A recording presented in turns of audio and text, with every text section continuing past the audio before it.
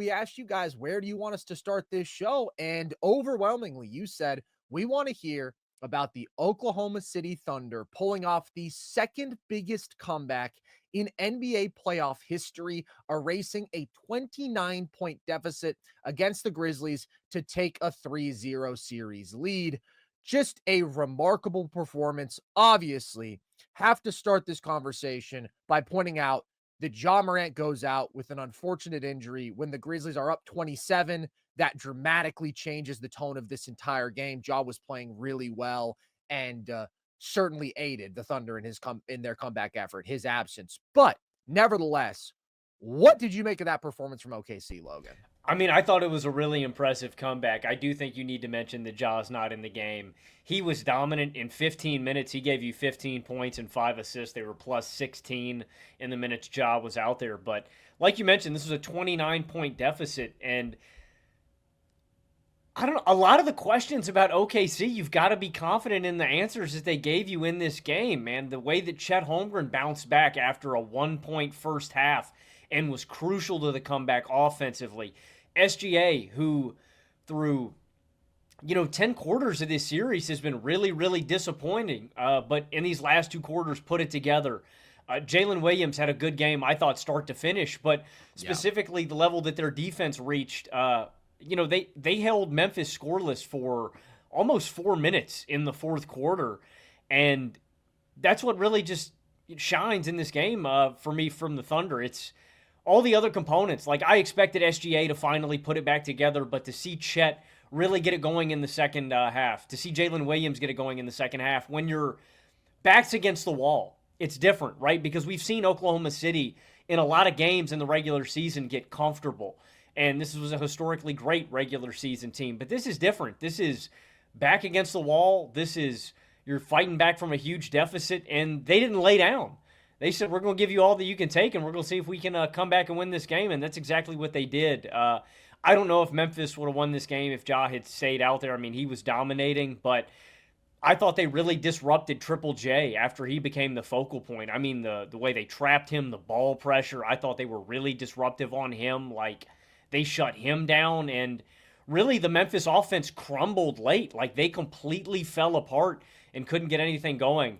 I think it's a super impressive Thunder comeback, and I just really like what we're seeing from this team right now, man. Now's the time to really tune up your game and get ready for, I'm not calling Memphis a pushover or anything like that, but these are the tune-up games. This is the time to get ready and get into form, and I really like what we saw from the defense. I really like what we saw from Chet, from SGA, and from J Dub. It was a really impressive comeback tonight, man. It takes a special performance to erase a 29-point deficit in a half, no matter what. And even though I think the Grizzlies looked infinitely better with Ja on the floor in this game, and I just think they desperately missed the offensive stability that he was providing, just the comfort getting to his spots, that level of shot making, playmaking, everything, having an athlete of that caliber on the floor. Like, their offense really crumbled in the second half in his absence, and I do think he would have stabilized things.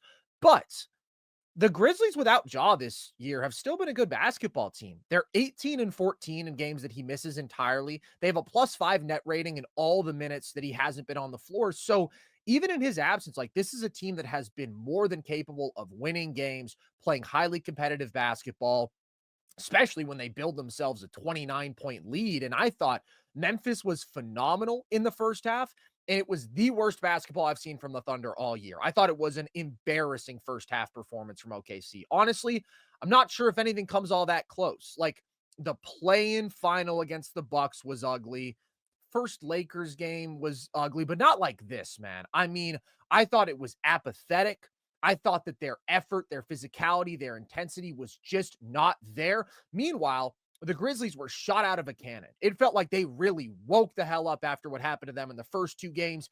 They had so much energy. They were so physical. They were pressuring the ball. They were running shooters off the line, and OKC's guys couldn't make shots from the three-point line. They looked a little bit rattled being run off the line so consistently. Just their entire offense looked so disjointed. And then Memphis is shooting better than 50% from 3, and they're getting transition chances. And, like, honestly, they did what OKC does to teams to OKC. It felt like what OKC did to Memphis in the first half of game one.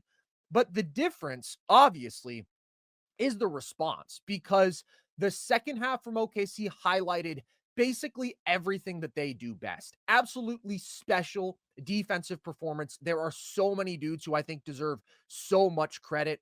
Cason Wallace, I thought, was phenomenal with his activity, his ball pressure, his hands. But Alex Caruso is the one who stands out the most. Like, that was flat out one of the best individual defensive performances I have ever seen from a basketball player, Logan. 4 steals and a block doesn't even capture the absolute chaos that he was causing, and the fact that this dude is guarding Triple J and locking him up in the second half. And like, yeah, they did a really nice job of rattling him with some doubles and forcing him into a couple of turnovers. But Caruso on an island is just forcing his catch point so far out. And this dude has such insanely good hands, and he's so physical. Triple J can't comfortably put the ball on the floor against him. So he can't move him, even with his massive size advantage and the fact that he's got so much weight on Caruso. So just the versatility, man, in terms of the matchups he can take on as an on-ball defender. And then I mean, the fact that statistically, he is destructive off-ball. dude, I think he's like an 11%. I mean, like his defensive field goal percentage inside 6 feet this year is like 11% too. It's ridiculous for a guard. He does everything, bro. As a roamer, he is just going to fuck your offense up. He is getting his hands in there on every single ball. He's just the ultimate playoff player, man. Like, I thought it was so clear that Caruso's role was only going to increase for this team in the postseason. He is such a winner. He is such a nightmare for opposing offenses to face. And like, he just makes play after play that swings games, down to forcing the jump ball, right? Where he strips Scottie Pippen Jr. and then Lou Dort falls on it, and then Edie, for whatever reason, fouls Lou Dort on the jump ball. I thought that was a big mental error by him. You don't need to do that. You got a foot on the guy. But absolutely incredible defensive performance by them collectively, but especially by Caruso individually. He's the best defensive guard on the planet. That's where I had him in our player rankings coming into this year. And a lot of people were pissed about that. Honestly, like, that might have been the thing about my list that people were most pissed about, me having him over Herb Jones. It's just that off ball wrecking shit, man. It's so special, his defensive playmaking.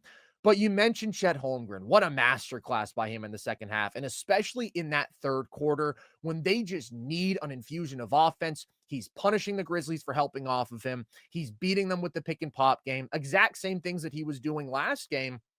Just so big to see him that comfortable, that effective as a three-point shooter. And he has a play where he blows by Edie. He's using his quickness. He's showing his comfort as a driver. But just his continued aggression and his continued three-point shooting at this level is so important for them and so encouraging.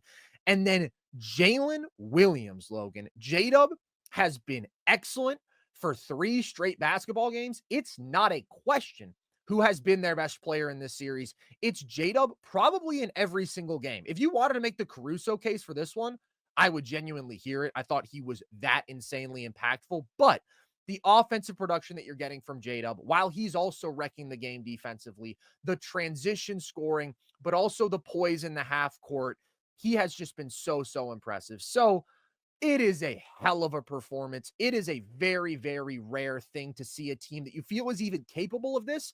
And I have to say, man, as bad as the first half was, I could never count the Thunder out because, as I literally said after game one, this is a team that puts together runs at a rate that only the peak Golden State Warriors are comparable to. Their ability to shut down your offense, turn defense into offense by forcing you into so many mistakes and then getting out and running in transition, where their athletes are just insane. It's one of one in the sport.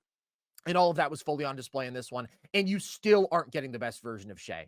Not even close, honestly. Like, he played better in this game, but I still think he's forcing some tough looks. I still think he's specifically hunting the three a lot. I got to give Triple J some credit, too, for what he's been doing defensively, like, on SGA. And, like, you know, I got to give a little bit of credit to Memphis. But SGA for sure, good interior defense, but I thought he looked uncomfortable playing in a crowd at times. I thought his decision-making in traffic wasn't great. I mean, he ends up with 8 assists, but a couple ugly turnovers and 4 shots. Like, this is not the SGA that we saw in the regular season.